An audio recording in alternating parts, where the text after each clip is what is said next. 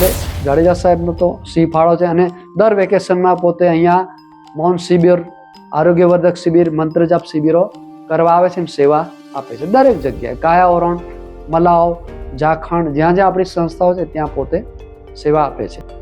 અહીંયા હું 15 વર્ષથી રહું છું. આ આશ્રમનું નામ છે વિજય દર્શન યોગાશ્રમ, અશા, તાલુકો ઝઘડિયા, જિલ્લો ભરૂચ. અમે દર વેકેશનમાં શિબિરો કરીએ છીએ, યોગ શિબિરો. વિના મૂલ્યે અમે યોગ શિક્ષણ આપીએ છીએ. આપણે લકુલિશ યોગ વિદ્યાલયની જે પરંપરા છે એ પ્રમાણે એટલે એક આશ્રમ અહીંયા કર્યો અને અહીંયા પણ આપણે મંદિર બનાવ્યું છે. લકુલેશ્વર મહાદેવ, લકુલેશ્વર તીર્થ હતું નર્મદા કિનારે, એટલે ગુરુજીએ કીધું કે આપણે હવે લકુલેશ્વર મહાદેવનું જ મંદિર બનાવીએ, આપણી પરંપરામાં છે જ. એટલે એ રીતે મંદિર પણ ગયા વર્ષે જ બનાવ્યું. અને જિગ્નેશભાઈ તો અમારા બહુ જૂના યોગ શિક્ષક છે. નર્મદા પરિક્રમાવાળાઓ માટે પણ અહીંયા વ્યવસ્થા છે, રહેવા જમવાની.